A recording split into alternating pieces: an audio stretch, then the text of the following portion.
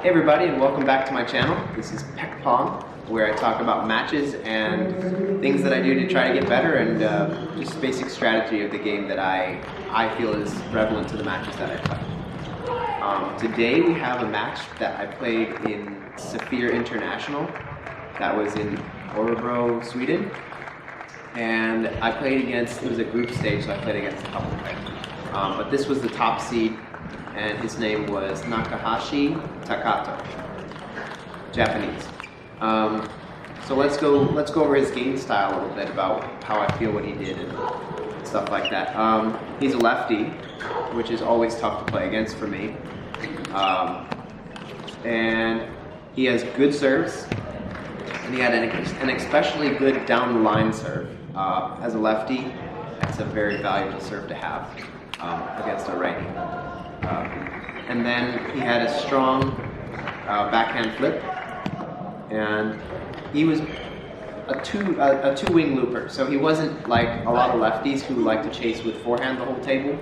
He actually stayed most of the time pretty even forehand and backhand. He didn't always go around with forehand. And the one thing I can pick on him was that I think his serve receive was a little bit shaky, because I think maybe he was a little nervous against me because he wasn't expecting me to keep the game so tight. So let's go over my keys to success here.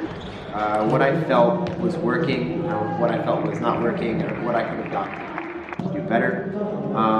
Basically, when I received his serve, the first game I just pushed everything long. And that was a bad idea, because he was just really good at it. He just loop, and he finished me off like 11-4 or something.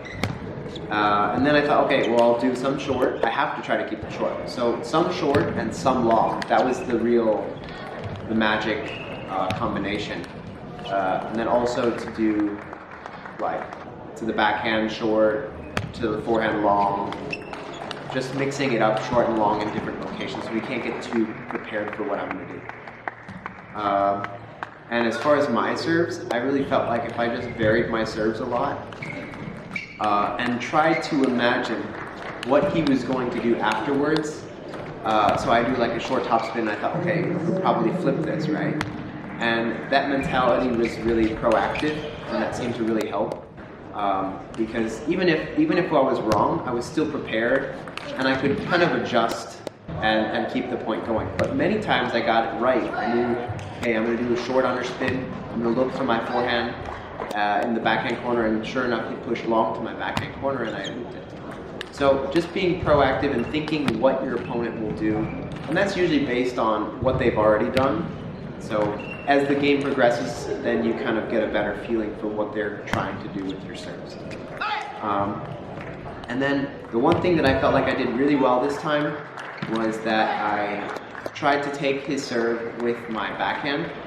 Even though he was serving in my short forehand corner, I tried to run over with my backhand and cut the spin, because when he serves the side spin serve, using your backhand kind of deletes the spin a lot easier than if you try to use your forehand. The one problem with this was that I kind of left my backhand corner open, and it left room for him to do a fast serve down the line, and that kind of was a sticking point for me that made the game a lot more difficult than I wish it would have been. In retrospect, I think maybe I could have stayed sometimes in the backhand corner and waited for that long serve, and then just looped it, so that maybe it would kind of scare him for the next time he thinks about serving down the line, because he might think, oh, maybe he's going to wait there and just loop it.